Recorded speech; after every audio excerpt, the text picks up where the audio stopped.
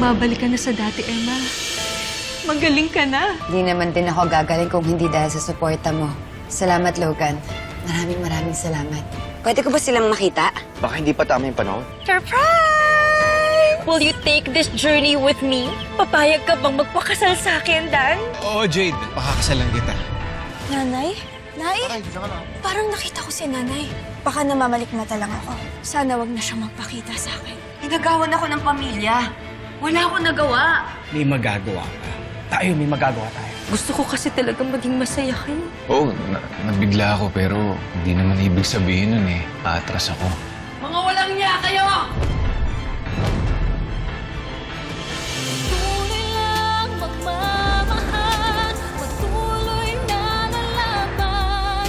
Dahil pagkatapos ng gabi, ikaw pa rin ang aking ilaw. Ikaw ang buhay dahil sa'yo. Tuloy lang magmamahal, patuloy na lalaban. Ikaw ang buhay dahil... Nay! Mga walang niya kayo. Kung di pa sinabi sa akin ni Putsi, ni Wiro, mga nangyayari dito, hindi ko pa malalaman. Bakit ganon, Jade? Sabi mo sa akin, lahat maayos dito. Pero meron na palang masamang nangyayari kay Emma. Pinagtataksilan mo ang sarili mong kapatid. Nay, sabi po kasi ni Wiro na may high blood daw kayo.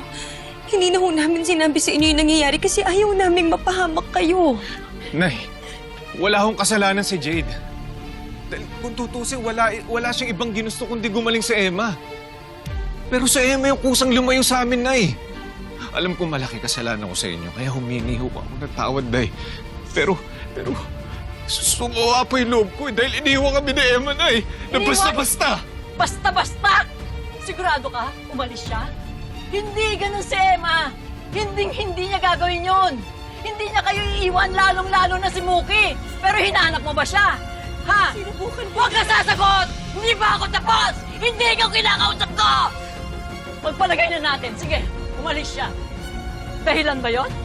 Dahilan yon para pagtaksilan mo siya? Para ipagpalit sa sarili niyang kapatid?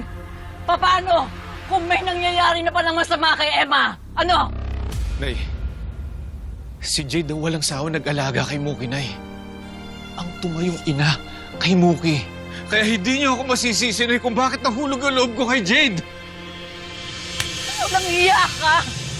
Traitor ka!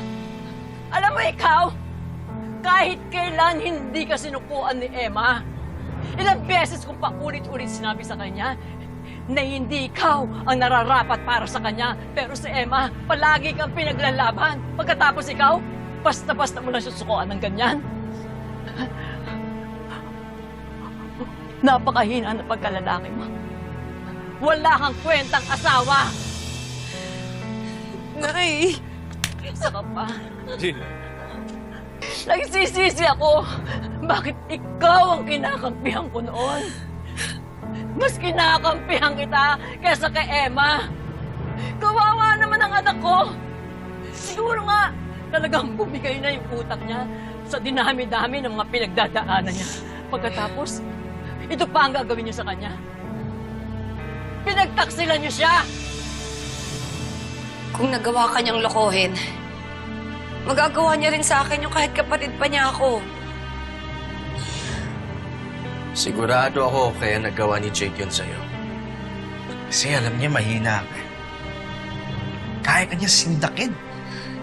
Kaya ka niyang patiklupin. Mas malala pa siya kay Olive. Hindi lang si Muking kinuha niya sa akin, pati si Danilo. Kung tutuusin, hindi lang dapat si Jade ang sisihin doon.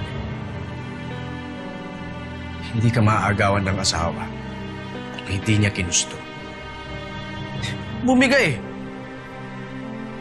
Tandaan mo, tinarantado ka ng asawa ko. Ang kakapal ng mukha ninyo. Mga hayop kayo. Chinempo niyo pa na wala ako dito. Tapos ako, wala akong magawa. Wala akong magawa para sa anak ko. Wala akong tatabi ni Emma para tulungan siya. Tapos binalitan yung anak ko. Mga hayop kayo. Ang kapal ng pagmumukha ninyong dalawa. Mga hayop kayo. Ba't niyo ginawa ito? Ba't niyo ginawa sa anak ko to? Ito, anak ko to. Patawarin mo. Patawarin mo, Emma.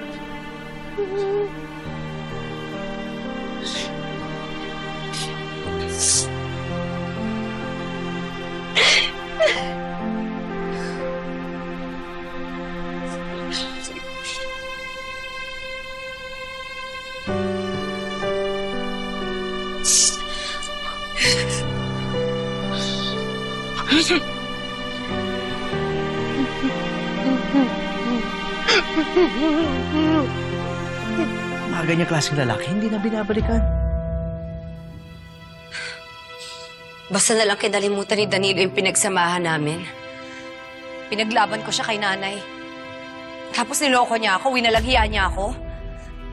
Pero hindi pa tapos ang lahat. Ipaparamdam ko kay Jade na mali ang kinalaban niya. Hindi pa ako makakaharap sa kanya sa ngayon. Pero gagawin ko ang lahat para mabago ang buhay ko. Nalaban ako, Logan. Paghahandaan ko yung paghaharap namin. At ipaparamdam ko sa kanila yung sakit na nararamdaman ko ngayon.